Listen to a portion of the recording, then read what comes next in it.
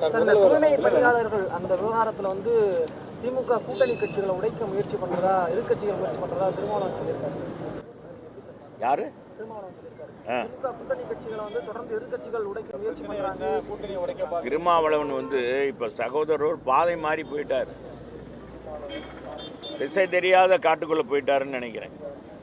அவருக்கு இருந்த இமேஜ், அவருக்கு இருந்த ஒரு அந்த தலைமை பண்பு, அவருக்கு இருந்த நல்ல பெயர் வந்து சமீப காலமாக அவருடைய தொலைக்காட்சியில் அவர் சொல்லுகிற நேர்காணலாக இருக்கட்டும், அவர் பேசுகிற பேச்சுக்கள், இதெல்லாம் வந்து அவருடைய அது வந்து தலைமை பண்பை வந்து விமர்சிக்கிற அளவுக்கு இருக்குது.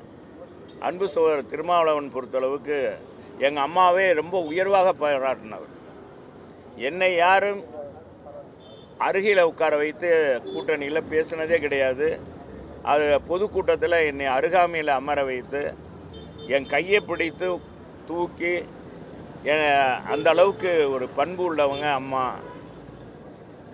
அப்படிப்பட்ட பண்பை நான் அறிந்து நான் மெய் சிலிர்த்து விட்டேன் என்று இதே திருமாவளவன் திருவாங்கி மொழிந்திருக்கிறார்.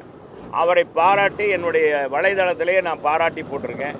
உண்மையை உறக்க சொன்ன அன்பு சகோதரர் திருமாவுக்கு எங்களுடைய நன்றி, பாராட்டுதல் அப்படின்னு சொல்லியிருக்கேன்.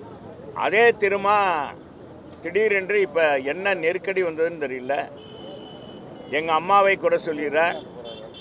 ஒரு காலத்தில் ஜாதி மதத்துக்கு அப்பாற்பட்ட முறையில் இயக்கத்தை தொடங்கி வளர்த்த இயக்கத்தை ஆளுங்கட்சியாக உருவாக்கி 53 ஆண்டு காலமாக அண்ணா திராவிட முன்னேற்ற கழகம் இருக்கின்றால் இதுக்கு வித்திட்டவர் கழக நிறுவனத் தலைவர் புரட்சித் தலைவர் எம்ஜிஆர் பொன்மனத் தலைவர். அவர் ஜாதியை பார்த்ததில்லை, மதம் பார்த்ததில்லை, எதுவும் பார்த்தது கிடையாது. அதே அம்மா வந்து பார்த்திங்கன்னா இது வரைக்கும் பார்த்தீங்கன்னா எல்லாரும் திராவிட முன்னேற்ற கழகத்தில் அவரும் கூட்டணி தான் வச்சுருக்காரு. பொது தொகுதியில் எங்கள் அம்மா மாதிரி முதல்ல நிப்பாட்டினா கலைஞர் நிறுத்தியிருக்காரா? சாதாரண நம்ம பட்டியலின மக்களை தலித்து எலுமலையை நாடாளுமன்ற தொகுதி திருச்சி நாடாளுமன்ற தொகுதியில் நிறுத்தி அழகு பார்த்தவர் எங்கள் அம்மா. அப்படிப்பட்டவர் மீதெல்லாம் விமர்சனம் செய்கிறார். எதனால் அவருக்கு என்ன ஆச்சுன்னு தெரியல எங்களுக்கு. பார்த்தா திராவிட முன்னேற்ற கழகத்தில் சாடிக்கொண்டே இருந்தார்.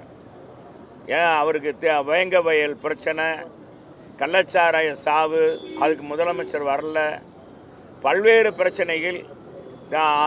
ஆதி திராவிட மாணவிகள் படிக்கிற ஹாஸ்டலில் மனித கழிவு கலக்கிற அந்த தொட்டி கலக்கிறது, அங்கே நடக்கிற மோசமான நிகழ்வுகள், இதில் நடக்கிற அந்த கொலைகள், ஆணவ கொலைகள், இதையெல்லாம் பேசிக்கிட்டு இருந்தவர் திடீர்னு ட்ராக் மாதிரி போயிடுச்சு.